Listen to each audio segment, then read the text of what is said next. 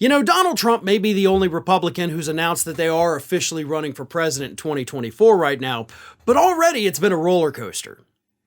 Trump has gone up in the polls, he's gone down in the polls. At the moment, he's back up, which means he has nowhere to go but down, but he is once again the Republican frontrunner. He is handily beating Ron DeSantis and Mike Pence, and everybody else who's thinking about running is polling at less than 2%. So Donald Trump is ahead, and things are going pretty good for him. Until, of course, you look at how things are actually going for him, and you realize, holy crap, this looks bad.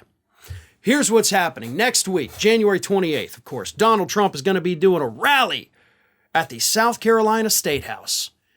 And so his advisors, his allies, and of course, Lindsey Graham, are going around to Republicans, prominent Republicans in the state of South Carolina, and they're saying, hey, we got the big guy coming in. He's doing a rally January 28th. So how's about you come on up, get up on stage with him? Just a show of support among Republicans for Donald Trump, who will be our nominee. And so far, damn near everybody they've approached has said, no, I'm sorry, but I'm not going to do that. I do not want to be a part of your Trump rally. I do not want my face up there. I do not want to stand with him.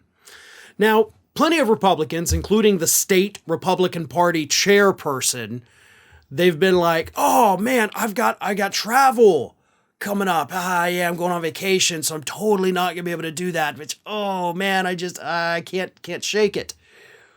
Which is a total lie. Like, you've all got money. I mean, you can fly back in, do the rally, fly back out before your family even notices you're gone. Then you've, of course, got Republican Representative Ralph Norman, very popular in South Carolina. They asked him, like, hey, will you come? Everybody likes Ralph Norman in South Carolina, right? All the Republicans do. Norman was like, no, man, I also coincidentally have to be out of town. So, gosh darn it, I can't do it. Other Republicans have said just flat out no. Other Republicans have said, well, I don't want to, necessarily put all my eggs in the Trump basket right now. We're a little early in the process here, so maybe there's other Republicans like Nikki Haley. And that's where they're running into a lot of problems because, of course, Nikki Haley, especially this past weekend, further teased a potential presidential run. So it's looking more and more like Nikki Haley, the former governor of South Carolina, who was hugely popular there, she might be running. So these South Carolinian Republicans do not want to throw their weight behind Donald Trump in the event one of their own runs for president. Sorry, Donald, but that hometown hero carries a lot more weight than the mogul from New York, Florida, wherever the hell you want to consider yourself from these days, but it just ain't cutting it. As I mentioned, Lindsey Graham has already joined the Trump team for their South Carolina efforts. He is one of the people out there trying to recruit Republicans, and again, so far, not having a good day of it. In fact, there's even one individual, Hope Walker, who's the executive director for the South Carolina Republican Party. She recently turned down a job offer from the Trump campaign because she's decided to stay in her role for the cycle. So it's not only that you can't get other Republicans to show up and be there on stage with you for your rally, but you can't even get good South Carolina Republicans to work on your South Carolina staff. That's not a vote of confidence.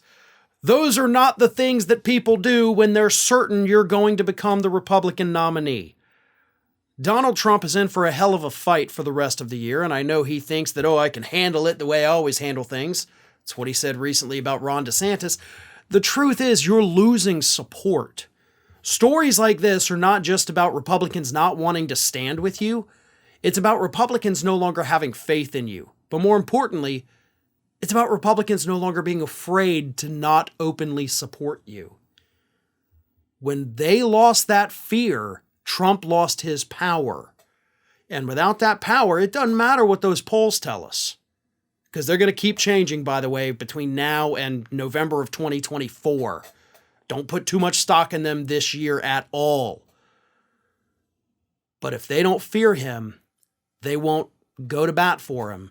And if those other Republicans band together against him, then he's done. Hi, everyone. This here is little Athena. And Athena would like to know why you haven't subscribed to Fair and Balanced yet. So please, don't let Athena down. Subscribe today.